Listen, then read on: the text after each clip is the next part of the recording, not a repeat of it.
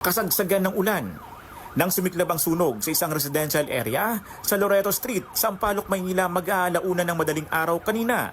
Natupok ang nasa 80 bahay at commercial establishment. Higit 100 pamilya naman ang naapektuhan. Ito lang ako nakadamit lahat, wala kami nakuha. Ito lang. Kahit paano yun lang may naitabi. Pati yung pabayad sana sa bahay, wala na.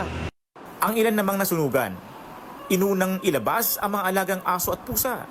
Sila talaga, kaya yung iba po namin gamit, yung laptop, hindi na naiwan na namin doon. Yung mga birth certificate namin, hindi ko na din po na talagang mahal na mahal po namin, inuna namin silang dalhin.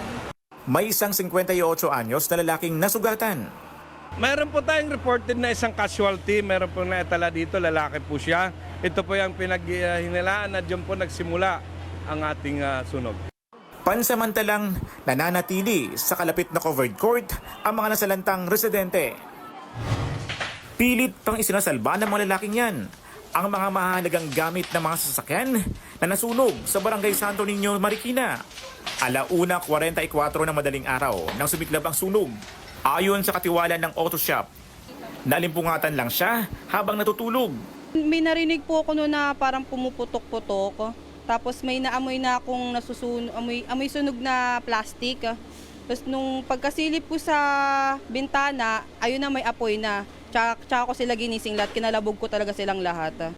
Gumamit pa umano sila ng fire extinguisher, pero mabilis na lumaki ang apoy. Tinatayang nasa 10 milyong piso ang halaga ng mga luxury accessories ang naabo. Medyo nahirapan lang sa taas banda kasi stock room nila. May daming gamit, karton. Wala namang masyadong flammable. Yun lang, mga karton, plastic. Wala namang mga pintura o ano. Patuloy ang ginagawang investigasyon.